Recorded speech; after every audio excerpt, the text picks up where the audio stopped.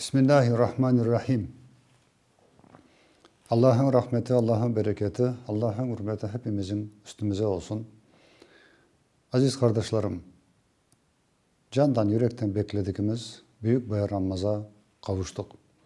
Bugün bütün Kırım'daki camilerimizde ibadetlerimizi, bayram namazımızı iki rekat vacip olan, üzerimizdeki olan iki rekat vacip olan bayramımızı kıldık.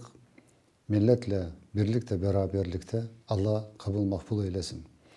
Elbet bayram demek bizler için, bütün insaniyet için, Müslümanlar için bayram kucaklaşmak, sevişmek, görüşmek.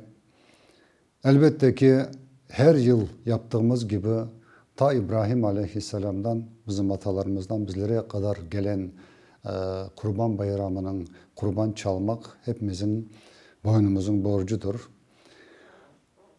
Elbet herkes elinden geldiği kadar kurbanını çalacaktır. Komşularına, dostlarına, akrabalarına pay pay verecektir. Elbet bu demek Müslümanların birlik beraberliğe yardım ellerini uzatmak demektir. Bizler her yıl hacılık meselesinde Kurban Bayramı'na, hacılığa binlerce insanlarımızı yollaydık. Ama maalesef bu sene Allah'ın bizlere verdiği bugün herkese malum. Bu sene hacılık yoktur. Hacılık kapalıdır. Elbet yüzyıllar evvelsi de öyle hastalıklardan kapanık olmuş ve bugün de böyle bir hastalıktan hacılık Mekke kapıları kapanıktır. Ama bunu bilmemiz gerek ki Allah bizlere ne verirse elbette ki sonunda bir hayırı vardır.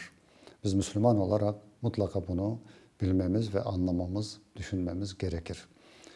Aziz kardeşlerim, bayram demek hep paylaşmak, bölüşmek, birleşmektir. Birbirimize bayramla hayırlamaktır. Nasıl da olsa bu bayram bütün milletimiz için